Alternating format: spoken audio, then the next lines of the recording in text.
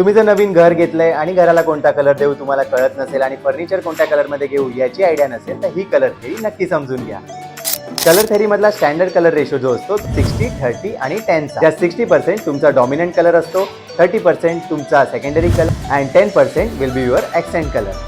For example तुमच्या घराचा 60% जो एरिया आहे तो तुम्ही डॉमिनंट कलरमध्ये ठेवा. जसं की तुमची सिलिंग झाली, तुमची वॉल झाली, त्या जसं की तुम्ही त्यामध्ये न्यूट्रल कलरचा यूज करू शकता. जसं की लाईट ब्राऊन, बेज, ग्रे, आयवेरी अशा शेड्स तुम्ही त्यामध्ये यूज करा.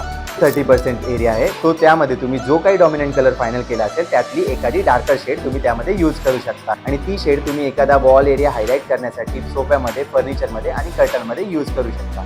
10% मध्ये तुम्ही आर्टिफॅक्ट्स, त्यानंतर तुमचे डेकॉर आयटम्स, त्यानंतर कुशन्स, त्याच्यानंतर आर्म चेअर्स यामध्ये तुम्ही उरलेल्या 10% कलरचा यूज करू शकता. तर तुम्हाला ही कलर थेरी कशी वाटली मला नक्की सांगा आणि व्हिडिओ जर आवडला असेल तर व्हिडिओला लाईक करा, शेअर करा आणि सबस्क्राईब करायला विसरू नका.